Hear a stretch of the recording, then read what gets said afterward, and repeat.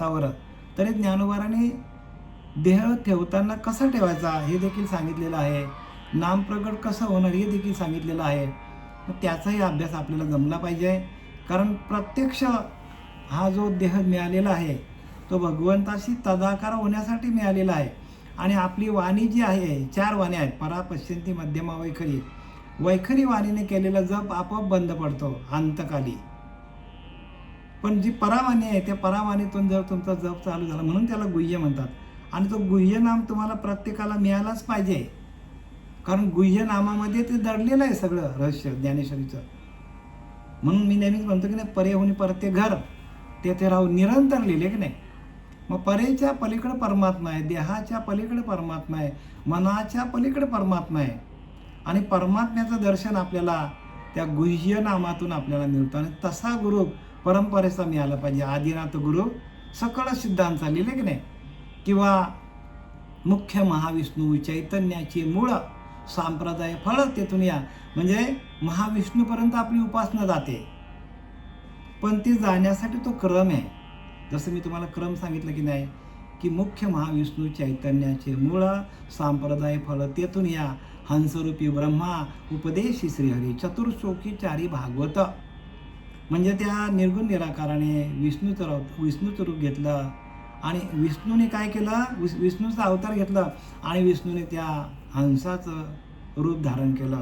आणि हंसक शिरज्ञान. आणि त्या हंसरूपी ब्रह्माने काय केलं, हंसाने काय केलं, ब्रह्माला दिलं.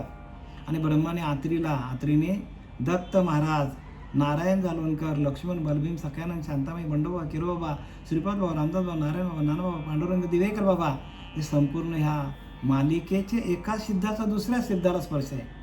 म्हणून एक गुह्य ज्ञान आहे. आणि गुह्यातलं गुह्य कळण्यासाठी आपल्याला जोपर्यंत आपण ध्यान करत नाही, ध्यानाचा विषय 1-1, 2-2 तास ध्यान केला आणि तुम्ही जर स्थिर झाले, स्थितप्रज्ञ अवस्था झाली, तर ज्ञानाला कुठेही जायची गरज लागत नाही. कारण माऊलींनी स्पष्ट लिहिलं आहे, ठाईचं बैसुनी करा एकचित्त. माऊली स्पष्ट सांगतो आपल्याला, एका जागेवर बसा आणि आपलं चित्त एकाग्र करा. ज्ञान ये जे भेटी ध्यानाची या, ध्यानाच्या भेटीला ज्ञान येतो. आणि ध्यानच आपल्याकडे नसेल तर ज्ञान आपल्याला जो असेल तो आत्मज्ञान नसेल, बाह्यांगाचं ज्ञान आहे. आणि बाह्यांगाचं ज्ञानासाठी आपल्याला कुठे 1760 गुरु पडलेत.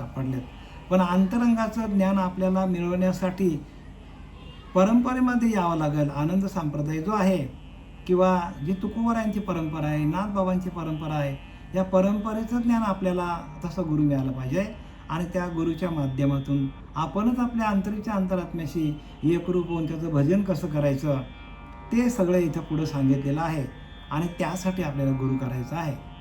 गुरु कशासाठी करायचा, त्यासाठी करायचा गुरु. आणि ती ओवी इथं आलेली बघा मागे. आता ताईने जे काय निरूपण सांगितलं आहे, पाहे पा शाखा पल्लव वृक्षाचे, हे काय नव्हती एकाच बीजाचे, परी पाणी घेणे हे मुळाचे ते मुळींचं धापे. म्हणजे पाहे पा शाखा पल्लव वृक्षाचे, म्हणजे वृक्षाचे शाखा आहेत, पानं आहेत, फुलं आहेत, हे एकाच वृक्षावर आहेत. पण पाणी घेण्याचं सामर्थ्य फक्त मुळांनाच आहे. आपण पानांना आपण पाणी मारलं, पानांवरती, फुलांवरती पाणी मारलं, फांद्यांवरती मारलं, खोडावरती मारलं, फळांवरती मारलं, जमेल का? मग पाणी कुठं मारायला पाहिजे, तर पाणी मुळालाच घालायला पाहिजे. मुळांना पाणी घातलं तर झाडं आपल्याला फुलं, पानं, फलं सगळं देणार आहेत, लाकडं सगळं देणार आपल्याला. त्याच्यापासून आपण खुर्च्या बनवू, सगळा जो काय येतो. पण पाणी कुठं घातलं पाहिजे, मुळाला. तसं आपल्याला संपूर्ण ज्ञान पाहिजे असेल तर आपल्याला पाणी कुठं घालायला पाहिजे, नामस्मरण कुठं घालायला पाहिजे, मुळाला. म्हणजे कुठे, नाभीच्या ठिकाणी. हो, नाभीच्या ठिकाणी जर उपासना चालू झाली तुमची. कारण तुकोबाऱ्या म्हणतात की नाही, उजळलेले भाग्य आता अवघी चिंता वारली, संत दर्शने थोर लाभ पद्मनाभ जोडियला. आणि तुका म्हणे होता ठेवा तो तो तुमच्या जवळच आहे, कुठे लांब नाही. भगवंत तुमच्या जवळच, तुमच्या नाभीच्या ठिकाणीच आहे.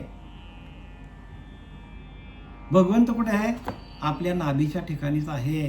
नाभी तुटली, नामस्मरण संपला, जोडणारा गुरु मिळाला पाहिजे. तो गुरु जोपर्यंत जोडणारा मिळत नाही, म्हणून लिहिले की नाही की मृग ढूंढे बन माहे, कस्तुरी कुंडल बसे, मृग ढूंढे बन माहे, ऐसा घट घट राम है, दुनिया देखत नाही. व प्रत्येकाच्या ठिकाणी नाभीच्या ठिकाणी, त्या हरणीच्या नाभीच्या ठिकाणी कस्तुरी आहे, पण ती संपूर्ण जंगल धुंडतो.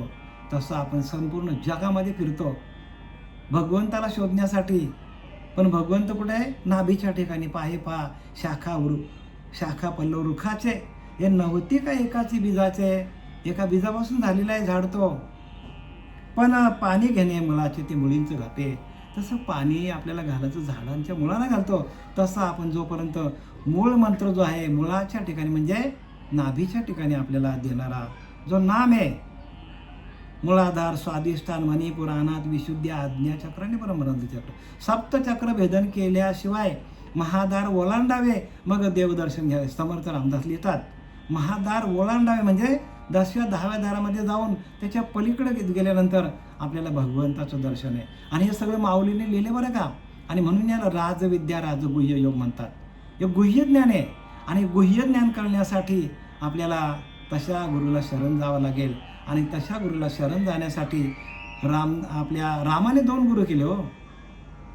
भगवान कृष्ण परमात्म्याने 2 गुरु केलेले आहेत.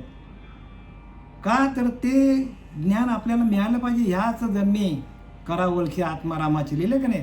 ह्याच जन्मामध्ये आपल्याला आत्मारामाची, आत्म्याची ओळख आणि आत्म्याशी एकरूप होऊन आपल्याला आत्म्याचं भजन केलं तरच आपल्याला आत्मदर्शन होणार आहे. बाहेरचं आपण देवांची कितीही पूजा केली तरी आत्मदर्शन होणार नाही. ज्या ठिकाणी तो भगवंत आहे तिथंच आपल्याला उपासना करावं लागेल. ज्या ठिकाणी भगवंत आहे की नाही, हृदयस्तु नारायण, भगवंत हृदयामध्ये आहे, मग हृदयामध्ये आपल्याला भजन करावं लागेल. आणि सगळी उपासना आपण कोणतीही उपासना केली तरी ती इथं तेच सांगतात, एरवी तरी सर्वत्र मीच असे, परी कौने की उपासला नसे. परी बघा इथं लिहिलं आहे मागे, त्या भगवंताची ओळख जी आहे ते आपल्याला गुह्यातून दिलेली आहे. एरवी तरी सर्वत्र मीच आहे, परी कौने की उपासला नव्हे. येथ एके जाणणे विन ठाई अप्राप्ताशी. तो तुमच्या जवळच आहे, कुठं जायची गरज नाही. एरवी तरी सर्वत्र मी, सगळीकडे मीच आहे, तरी कौने की उपासला. प्रत्येकाचं उपासना चालू आहे. कुत्र्याची चालू आहे, मांजराची चालू आहे, सगळ्यांची चालू आहे. सगळ्यांचा श्वास चालू आहे की नाही, झाडांची चालू आहे हो. येथ एके जाणणे विन ठाई अप्राप्ताशी. एक त्याला जाणणं, त्या श्वासावरती भजन करणं, त्या श्वासाचं नाम सातत्याने, त्या श्वास म्हणजेच आपला देव आहे. आपल्यातनं श्वास गेला का देव कुठे आपल्याकडे सांगा. कुठल्या देवाचं भजन करणार तुम्ही? तुमचा श्वास निघून गेला, निघून गेला वारा, निघून गेला वारा, खाली राहिला पसारा हो. आणि त्या श्वासावरती भजन करणे म्हणजे नाम आहे, लक्षात घ्या. साधी व्याख्या तुम्हाला मी सांगितली. याच्यामध्ये बघा 262 ओवी आहे ह्याच अध्यायामध्ये, 9व्या अध्यायामध्ये. तिथं भगवंत काय सांगतो, एरवी तरी सकळ मीच आहे, सगळीकडे मीच आहे, तरी कौनिके उपासला नव्हे. तरी कोणाची उपासना चालू आहे? प्रत्येकाची भक्ती चालू आहे. येतं एक जाणणे विना ठाई अप्राप्ताशी. आणि ते जाणून घेत नाही म्हणजे त्याची माहिती नाही आपल्याला, म्हणजे त्यांची उपासना थांबल्यासारखी आहे हो. कारण तिथं लक्षच नाही नाभीच्या ठिकाणी कोणाचाच. नाभी ही फार महत्त्वाची आहे. आईच्या पिंडामध्ये भजन चालू होता, आईच्या पिंडातनं बाहेर निघालो, नाभी कमला त्या ठिकाणी असलेले जे नाल आहेत तुटले, जोडणारा गुरु मिळाला पाहिजे. आणि तिथं उपासना चालू झाली की तुम्हाला ज्ञानाला कुठे शोधायला जायची गरज नाही. ज्ञान आपोआपच तुमच्या जवळच येते. प्रत्येकाच्या ठिकाणी ज्ञान आहे, पण तो दाखवणारा गुरु मिळाला पाहिजे. एरवी तरी सकळ मीच आहे, तरी कौनिके उपासला नव्हे. येतो एक जाणणे विन ठाई अप्राप्ताशी. त्याची उपासना माझे यथार्थ ज्ञान नाही म्हणून थांबल्यासारखी झाली आहे. भगवंत सांगतो यथार्थ ज्ञान पाहिजे, अर्थासहित ज्ञान पाहिजे. म्हणजे आपण त्या नाभीच्या ठिकाणी हजर नाही आहोत. उदाहरण तुम्हाला दृष्टांत दिला की कस्तुरी काय करते, कस्तुरी कुठे? त्या नाभीच्या ठिकाणी आहे मृगाच्या. पण तो सगळं जंगल भटकतो, तसं आपण सगळ्या जंगलामध्ये भटकतो. पण आपल्या नाभीच्या ठिकाणी जी तुटलेली आहे आईच्या पिंडामध्ये, ओरिजिनल भजन चालू होता आणि तो ओरिजिनल भजन कट झाला, संपला. ओरिजिनल देणारा माणूस जोपर्यंत जीवनात येत नाही तोपर्यंत आपली उपासना चालू नाही आहे, लक्षात घ्या. आपण इकडे तिकडे कुठेतरी आपण हे करतो.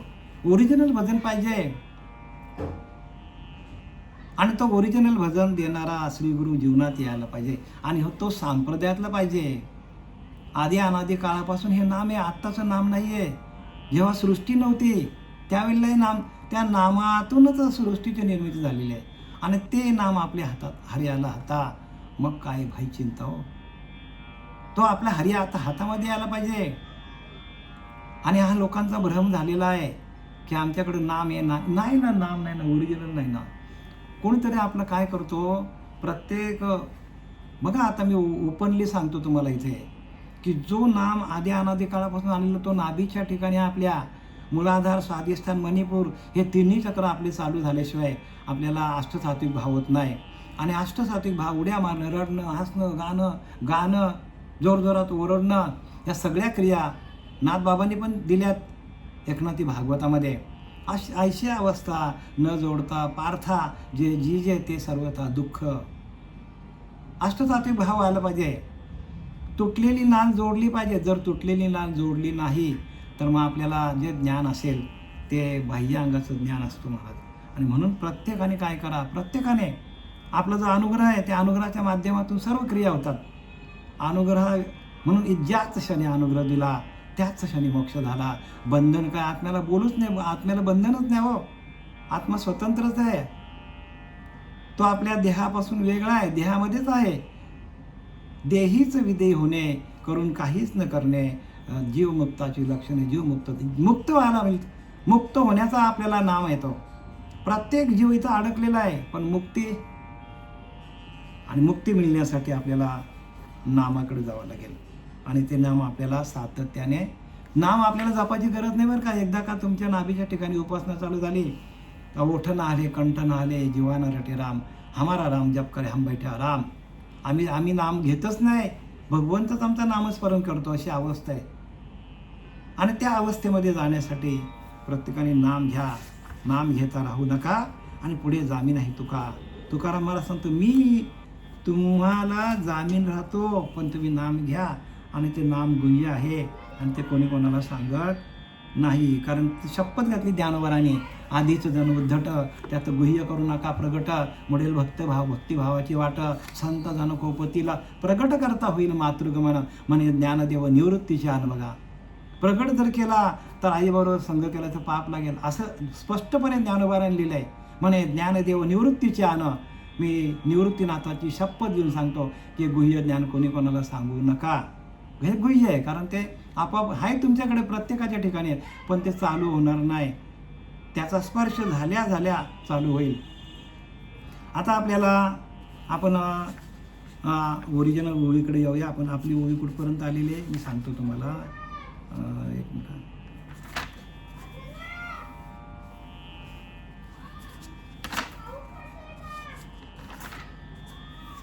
हां, आपण आता श्लोक क्रमांक 18 आणि ओवी क्रमांक आलो आहे 282. आता 283 चालू करायचे आहे.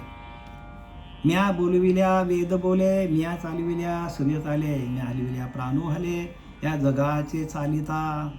भगवंत सांगतो म्या बोलविल्या वेद बोले. बघा, भगवंत सांगतो की म्या बोलविल्या, मी वेदांना सांगतो बोला तेव्हा वेद बोलतात. लिहिलं की नाही? वेदांनाही नाही कळला अंत पार ह्याचा, कानडा राजा पंढरीचा.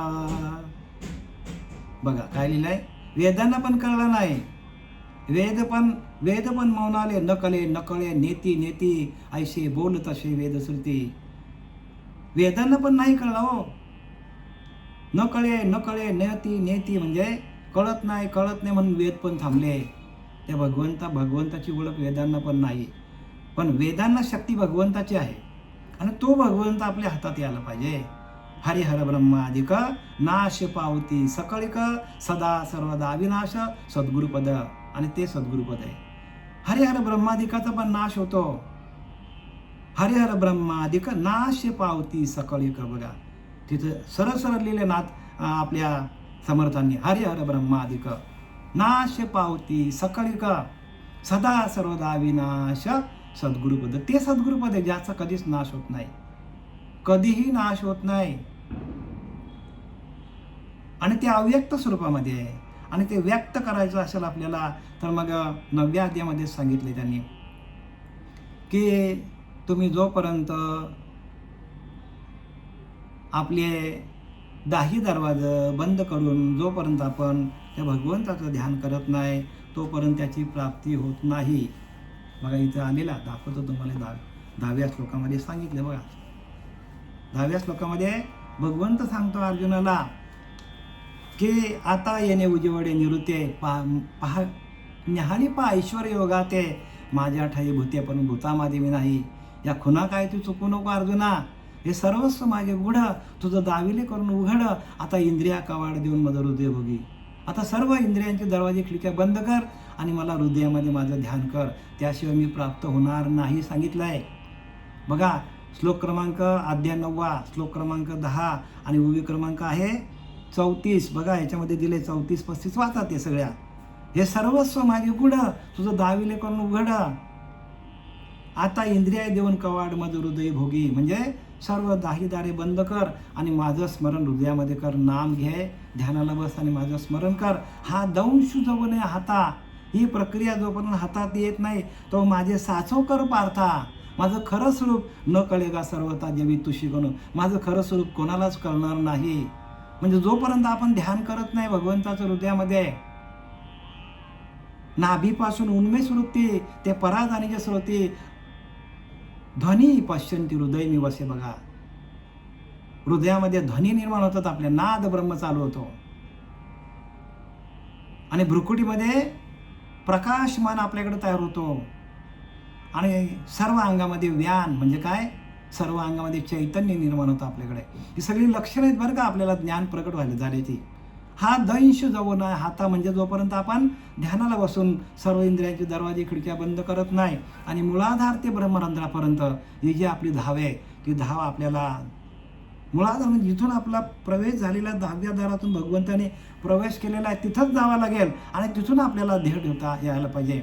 आणि हा दंश जवळ हाता तव माझे साचोकर पार्था न कळेगा सर्वता जेवी तुशी कनू. बघा हे कळत नाही तोपर्यंत आपण कन्या बाजूला टाकल्यात आणि आपण तुसच पुनत बसले. आता असं ज्ञानोबाराने लिहिल्यावर का जी मी आधीच दिल्या प्रकृती होय चराचराची असंभूते म्हणून मी हे तुझी उपपत्ती घडे या. आता येणे उजी वडे निवृत्ते न्याहाळी पा ऐश्वर योगाते जे माझ्या ठाई भूते पण भूतामध्ये मी नाही. बघा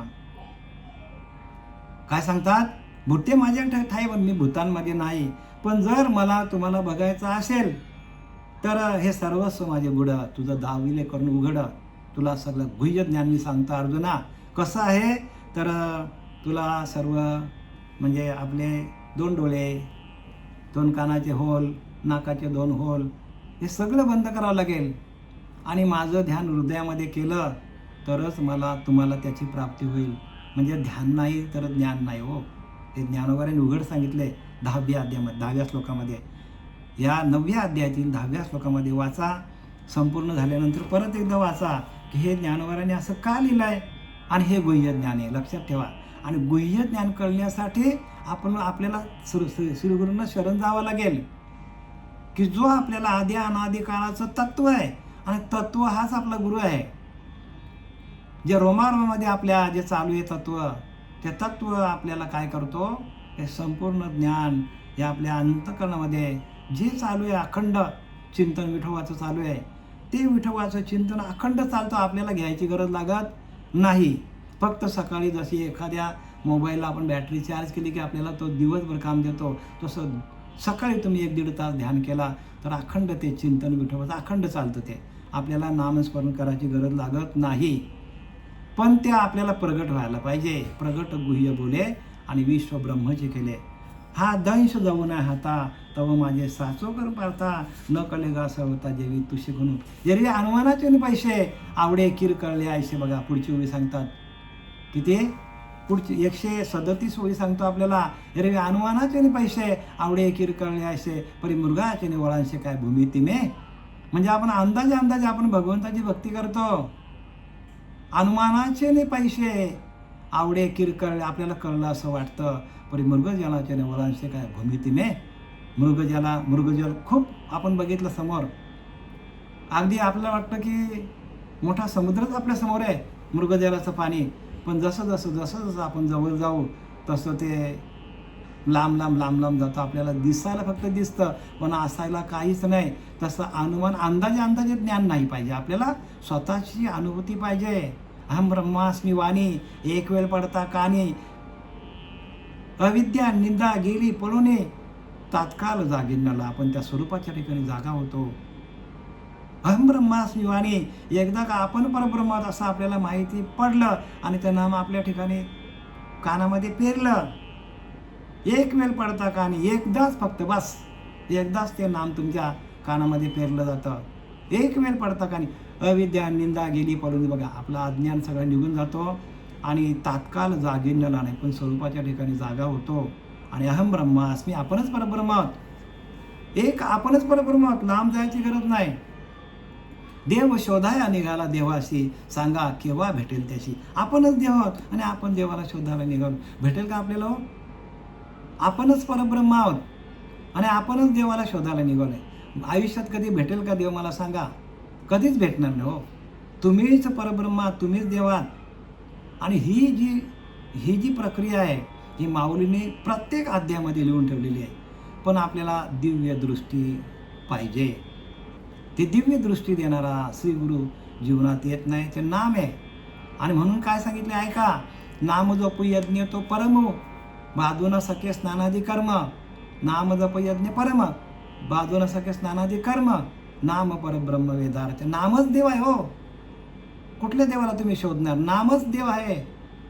जसं विभूती योगमध्ये सांगितलं, जसे पिंपल माझी विभूती, चंद्र माझी विभूती, सूर्य माझी विभूती, हिमालय माझी विभूती, तसं नाम माझी विभूती सांगतात भगवंत. वाचा 10वा अध्याय. नाम जप यज्ञ परम, बाधून सखे स्नानादी कर्म. आंघोळ करायची पण गरज नाही सांगतात. तो परम आधी अनादी काळापासून आलेला नाम आहे. बाधून सखे स्नानादी कर्म, स्नान पण करायची गरज नाही, अखंड चालू आहे हो. आंघोळ करा नका करू, तोंड धुवा नका धुवू, अखंड रोमामध्ये तुमचं भजन चालू आहे. ते ओरिजिनल चालू आहे तुमचं. आधी अनादी काळाचं नाम येते. बाधून सखे स्नानादी, नाम परब्रह्म, नामच देव आहे. वेदार्थ आहे, वेद पण ते सांगतात. वेद पण तेच सांगतात. नकळे नकळे नेती नेती, ऐसे बोलत असे वेदश्रुती. येथे मदमूर्खाची मती पोवाडेल कैसे. समर्थ रामदास सांगतात, मी एक मूर्ख आहे, माझी पण तिथपर्यंत मती पोचत नाही त्या नामापर्यंत. म्हणजे स्वतःला काय समजलं? संतांनी पण स्वतःला खाली खाली आणले स्वतःला. ज्ञानोबाला सांगतात, गेली तरी मी मूर्खू, जरी झाला अविवेकू, तरी संत कृपा दीपकू शोधूल असे. संतांची कृपा व्हावं लागते नामासाठी. आणि तो संत, आणि म्हणून इथं काय लिहिलं आहे बघा, अखंड भागवत वाचला, त्याच्यामध्ये एक ओवी लक्षात घ्या, ती पण तुम्हाला सांगतो. मंत्र तंत्र उपदेशिते, असे गुरु आहेत घरोघरी आयते, पण शिष्यास मिळवी साधू वास्तू ते, त्यासी श्रीकृष्ण सद्गुरु मानी. शिष्याला जीवाशिवाचा ऐक्य करून देणारा, ध्यानाला बसून एका जागेवर जीवाशिवाचा ऐक्य, तुमचा जीवशिवाय ऐक्य करी तो सद्गुरू सांगितलंय. जीवाशिवाचा ऐक्य करून घ्या. आणि आपल्या प्रत्येक साधकाचा उद्दिष्ट हाच असला पाहिजे की कधी माझा जीवाला माझ्या शिव भेटतो, आत्म्याला परमात्म्याचं मिलन कधी होतं, आत्मा परमात्म्याचं मिलन झालं तरच आपल्याला खऱ्या ज्ञानाची सुरुवात होतो. जीव शिवा पडली मिठी आणि लिंग देहाची सुटली गाठी हो. लिंग देह कुठल्या कुठे जातो आणि सगळ्या प्रक्रिया आहेत त्या.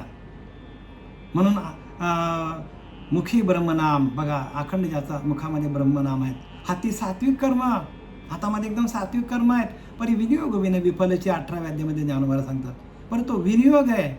कसा नाम जपायचा, कसा ब्रह्मरंध्र जाऊन स्थिर कसा व्हायचा, मूळाधार स्वादिष्ठान मणिपूर अनाथ विशुद्धी आज्ञा चक्राने ब्रह्मरंध्र चक्रात जाऊन स्थिर कसा व्हायचा. ही जी अवस्था आहे, ह्या अवस्थेतून खरं ज्ञान प्राप्त आहे. खरी ज्ञानाची प्राप्ती कशातून आहे? आणि म्हणून इथं प्रत्येकाने लिहिले की नाही की योगी जो म्हणजे तो देवांचा देव जाणीजे आणि सुख सर्व असो माझे चैतन्य. तो चैतन्य रूपाने आपल्याकडे परमात्मा आहे. त्या झाडामध्ये ते आहे, ते प्रत्येक म्हणजे प्राण्यामध्ये पक्ष्यामध्ये सगळीकडे तोच परमात्मा भरलेला आहे. आणि परमात्मा चैतन्य रूपामध्ये आहे आणि तेच चैतन्य आपल्याकडे आहे. आणि म्हणून ज्ञानी कोणाला म्हणतात? अर्थार्थी जिज्ञासू आणि ज्ञानिया. ज्ञानिया त्याला म्हणतात शेवटचा भक्त, तो माझा आहे म्हणतात भगवंत. ज्ञानिया जो म्हणजे तो देवांचा देव जाणीजे आणि सुख सर्व समाजे चैतन्य. तो चैतन्य स्वरूपामध्ये माझं सुख आहे. तो ज्ञानी भक्त. आणि म्हणून आपल्याकडे जो चैतन्य चालू आहे त्या चैतन्याशी आपण एकरूप होऊन त्या चैतन्यामध्ये आपलं अखंड चिंतन विठोबाचं चाललं पाहिजे. समजलं का? अहंकार धरी सोमपण लिहिले की नाही, त्या चित्ती प्रगट आहे चैतन्य गण. चित्तामध्ये चैतन्य नावाचा ईश्वराची प्राप्ती होते आपल्याला. मग मनची बाई उन्मना. एकनाथी भागवत सांगतो, आपल्या उन्मनी अवस्थेला माणूस जातो. बुद्धी निश्चय पूर्ण परब्रह्मी. बुद्धीचा निश्चय होतो की आपणच परब्रह्म आहोत. समोर मावलेले अभिमान कैशी बुद्धी कैसे मन.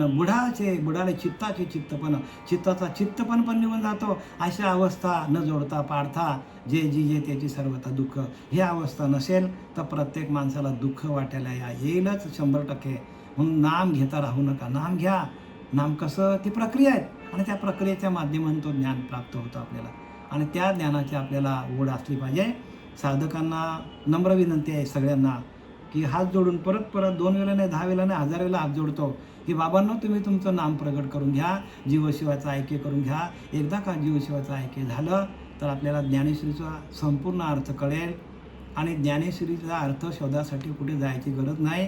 ज्ञानेश्वरी वाचायची पण गरज नाही. आम्ही तर कधी वाचलीच नाही, पहिल्यांदाच वाचतो. लक्षात घ्या, तो आतमध्ये प्रगट पाहिजे.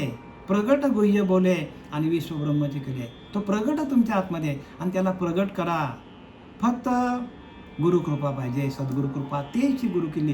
गुरुकृपा झाली का तुमचा तिसरा डोळा आहे ज्ञानचक्षु, तो उघडला जातो. आणि एकदा का ज्ञानचक्षु उघडला गेला की तुम्हाला संपूर्ण ज्ञानाचा तुम्हाला अर्थ कळेल. गुह्य अर्थ बरं का. आणि तो गुह्य अर्थ आपल्याकडे असला पाहिजे. झालेली सेवा आपल्या सर्वांच्या बरं का सर्व साधकांच्या चरणी समर्पित करीत आहे. आणि आपले सद्गुरू सच्चिदानंद सद्गुरू श्रीपाद भाऊ, रामदास भाऊ, नारायण बाबा, नाना भाऊ, पांडुरंग दिवेकर बाबा यांच्या चरणी समर्पित करीत आहे. पुंडलिकावरदे हरी विठ्ठल श्री ज्ञानदेव तुकाराम.